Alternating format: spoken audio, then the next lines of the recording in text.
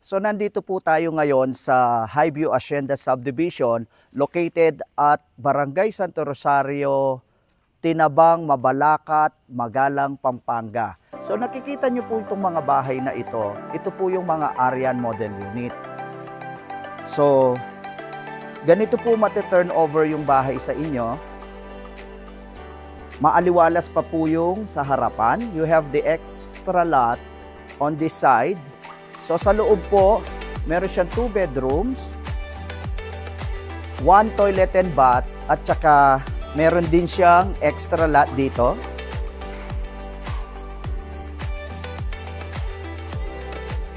This can be your wash area. So sa loob po, i-send ko na lang sa inyo yung kanyang actual turnover. So, pinakita ko lang po sa harap. So, nandito po tayo ngayon sa perimeter fence, no? Ang perimeter fence po, meron siyang 80 square meter na lot area. So, dito, pwede nyong ipabakod pa dito. So, before po, may mga ready for occupancy tayo.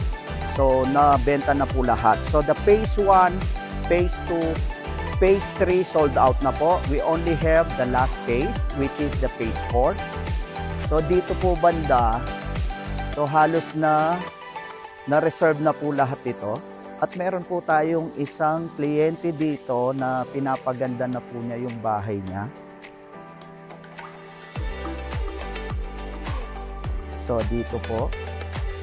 So napakaganda po yung concept nila, no? Pag natapos siguro to maganda. We have the wide, binigyan siya ng entrance gate dito. And this will be your parking area. So nasa inyo na po kung anong gagawin. Pwede pong makita dun lang sa likod. Okay, let's go mga katuknangan para makita natin. So na-turn over na po sa kanila yung bahay na ito. Ito po yung ginagawa nila sa likod.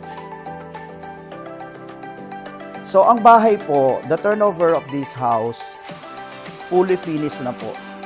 So naka-vinyl tiles. So, nasa may-ari na lang. At least hindi pinalitan yung tiles na.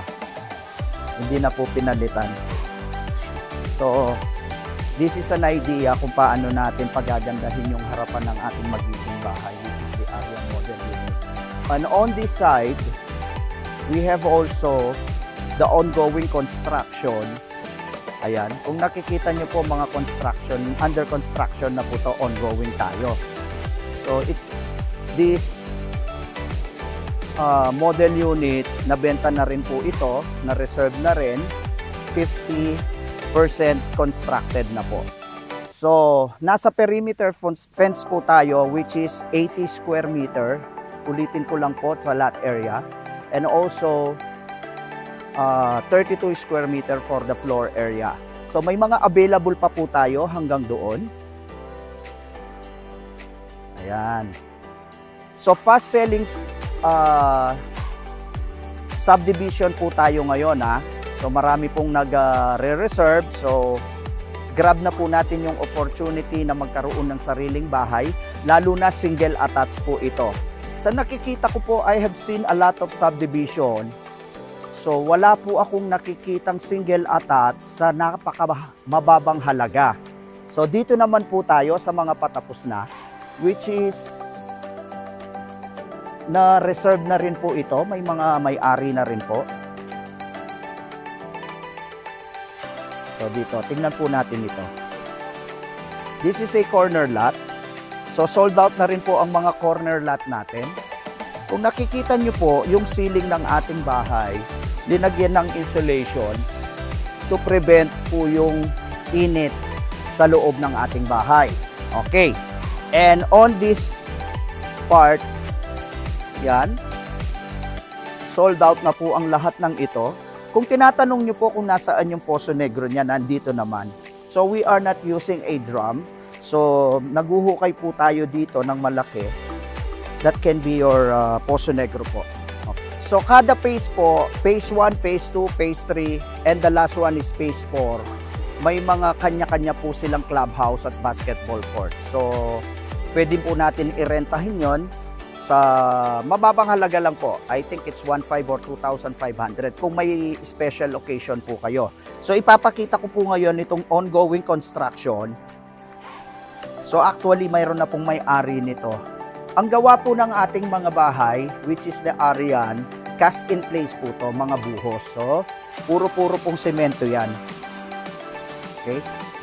So dito po sa loob, makikita natin yung ceiling natin.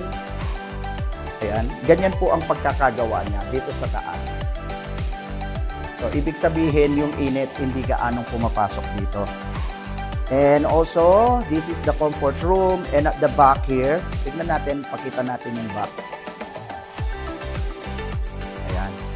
Maaliwalas pa rin po. This can be your dirty kitchen, wash area, or pwede rin pong ilagay natin yung mesa natin dito para dito na rin na magiging dining area natin. So, maiikutan po natin siya dito hanggang likod. Ayan. Okay, napakaaliwalas pa po. Kasya po ang isang sasakyan dito sa Arian. Arian po ang pangalan ng ating mga bahay. Tingnan nyo po kung gaano siya kaganda. So, babalik lang po tayo doon. Dito naman po sa bandang phase 4 din, ongoing na po lahat ang mga construction natin. So, lahat po ng mga niraras na Arian, sold out na po ito. So, tignan po natin, ipapakita ko lang yung paggawa nila ng Poso Negro natin, septic tank natin. So, malalaki po yung mga septic tank natin na nasa harap. Okay? So, as you can see, mga busy po yung mga gumagawa dito, no? So, lahat po kasi sold out na sila. Yan. Yan po yung mga nag-spot cast natin.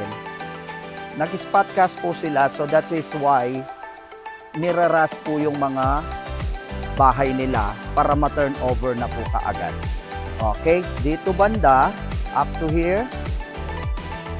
So, marami pong mga gumagawa natin ngayon, ha? Okay. O, sir, ano yung bahay na ginagawa mo dito? Yan lahat sa'yo?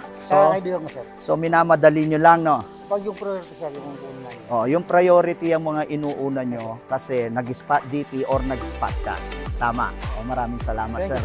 Just to inform you, mga katuknangan, no? Kapag nagbigay tayo ng spot DP or kaya nagbigay tayo ng spot cast, ipa-priority po yung bahay nyo para makalipat kayo kaagad. So, open po tayo for Pag-ibig Financing at in-house financing. So, kung wala po tayong Pag-ibig, we can apply you through in-house financing. So, yung mga banda naman dito, natapos na rin ito. So, hinihintay na lang natin na ma-loan takeout sa Pag-ibig ang mga ito. Okay? Para po sa computation and to know more about the total contract price of this Arian model unit, inuulit ko po, huwag po kayo mag-atubiling tawagan ako na naka-appear sa video na ito ang aking number at tutulungan ko po kayong magkaroon ng sariling tahanan. Maraming salamat po, mga katuknangan. Dito po sa harapan ng kanyang bahay, so naglagay siya na para sa safety po ng ating naglagay sila ng mga bakal dito for the design of this house. So napakalaki po nung entrance gate niya dito na ilalagay. And also, sir, maglalagay kayo ng ano dito, no? Yung grills na lang. Okay. I think that is the policy, no? Pag tumaas ng konti, medyo may violation tayo. Okay. So pwede naman na kumuha sa labas ng mga magko-construct ng sariling bahay. So mga katuknangan, allowed po dito sa Highview Haciendas na kumuha tayo ng sarili nating gagawa or mga construction company na pwedeng i-design yung bahay mo. So allowed naman po yun. So as long that you have the permit and also you have the tinatawag po nilang security ban. Kapag po kasi dito sa gate, nagpagawa ka and this is the allowed po hanggang ganito lang and then grills na po sa taas. Okay? May construction band lang po tayo and don't hesitate to call me or to message me para sa construction band kung paano po. Okay? So nakikita na po natin ulit maraming salamat po. Ayan. So, dito po sa phase 4, we all have 293 houses po and 30 lots available. So, yung mga lots po natin, dito sa unang inopen dito, sold out na po. So, as of now, wala na pong available na lot only. So, we only have the available Arian model unit. So, inuulit ko po, ganito po ang magiging tahanan ninyo. Okay. Maraming salamat po for this video sa panonood ninyo. Kung nais nyo pong mag-invest na o magkaroon ng sariling tahanan, huwag po kayong mag-atubili to call this number. And also, don't forget to subscribe my YouTube channel, Tuknangan. And also, don't forget to like and follow my FB page, Tuknangan. Maraming salamat po and welcome to your new home in the near future.